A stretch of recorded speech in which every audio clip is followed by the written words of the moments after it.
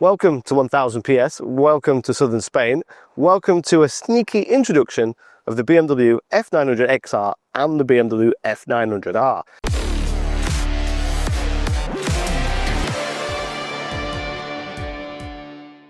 Now this is not a full encompassing huge road test, we've just had a little taste of what these bikes are going to be like in 2025. So first off, I'll go through some of the changes. With the R, we've got fully adjustable forks on the front, upside down. We've got lighter wheels that are nearly 2 kilograms lighter. We've got a new lighter battery that drops the whole bike weight down 3 kilograms. On the XR, we've got the similar lightweight wheels that are stolen from the S1000R. The screen is slightly higher. The handguards are now standard. We've got a lot more standard features on that bike. So basically the base spec has gone up a little bit more. In terms of engine and swinging arm and wheelbase and rake and trail, we are as we were before.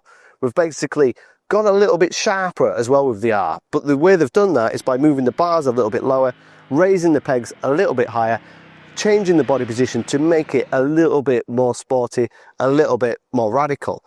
There's not been a massive test with huge amount of miles. We're basically not too far from the Almeria racetrack, so we've had a really good ride up into the mountains, jumping between the two bikes. Even though both bikes look pretty similar in spec, they ride very, very different. The XR is extremely comfortable, really soft. You can go through the suspension modes, make it very plush, very easy to ride. As you'd expect, you've got lots of rider aids to keep you safe and keep you on track. The screen is a little bit higher than it used to be. It's manually adjustable. I only managed to trap my fingers in it twice today, but it's easy to adjust on the move, and for a rider of my size at 5'7", you're kept well out of the wind. Handguards are now standard. You've got heated grips, you've got cruise control, you've got multiple rider modes.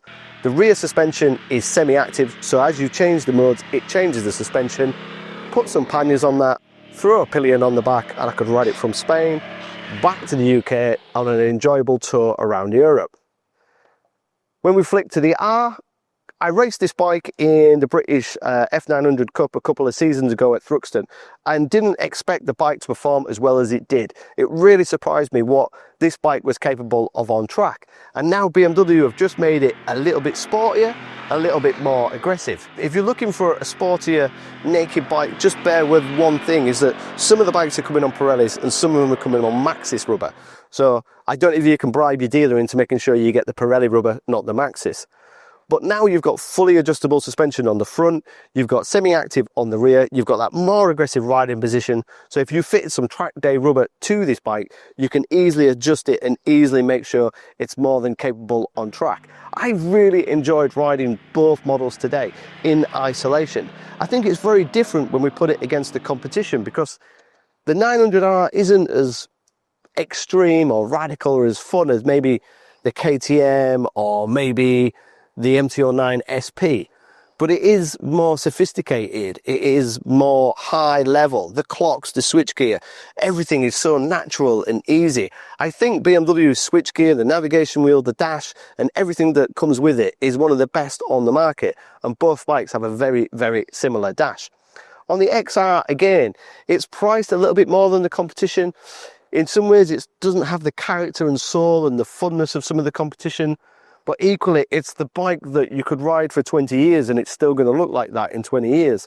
I've got a 30-year-old BMW and it still looks really good despite the lack of maintenance and the brutality that I give it. And that's what you get with BMW.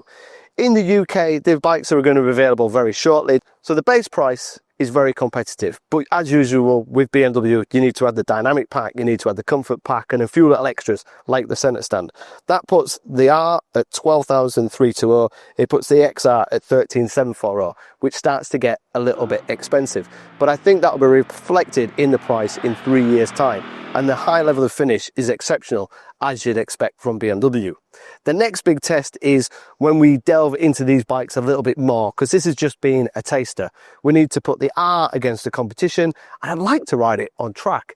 And we need to throw some big miles on the XR, get a pillion on the back, put it against the competition, get it in the hills in Austria, around the office, and see what that bike is capable.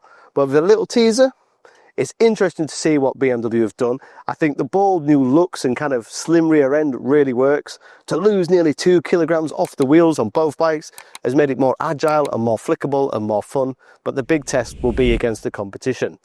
If you want any more specifications, if you want any more details, fire them below. We'll go through the colour options. We'll go through what's in the dynamic package, what's in the comfort package. Don't forget to subscribe, and I'll see you on the next one.